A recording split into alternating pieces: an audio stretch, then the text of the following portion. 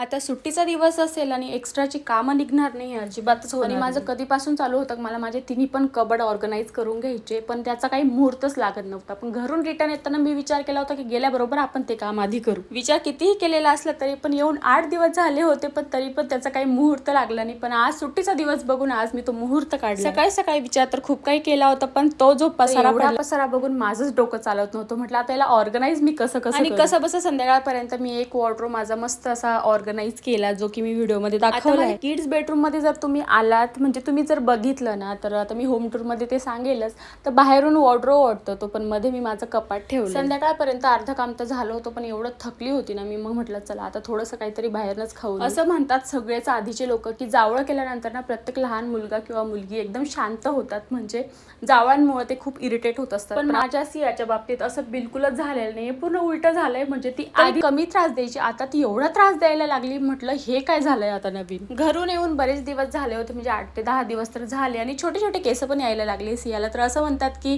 जावळानंतर जावळाचा भाऊ काढावा, म्हणजे ते फक्त एक म्हणणं आहे, पण आपण जेवढं ते ट्रिम करत राहू ना तेवढे छान केस त्यांना येतात. आता दुसऱ्या दिवशी बरेचसे सलॉन आम्ही चेक केले आणि आज आलो इकडे. आणि खरं सांगायचं झालं तर त्या दादालाच एवढी भीती वाटत होती ना की इतकी छोटी आणि तिचं कसं. पण तुम्ही सियाचं तोंड बघून सांगू शकता, म्हणजे आम्ही दोघंच एवढं शॉक होतो, आमच्यासोबत तो दादा सुद्धा, की एवढीशी पण तिने एवढं व्यवस्थित तिचं पूर्ण टकलू करू दिलं ना. आणि मोठ्या माणसासारखी त्या चेअरवर बसली होती आणि पूर्ण प्रोसिजर तिने करू दिली.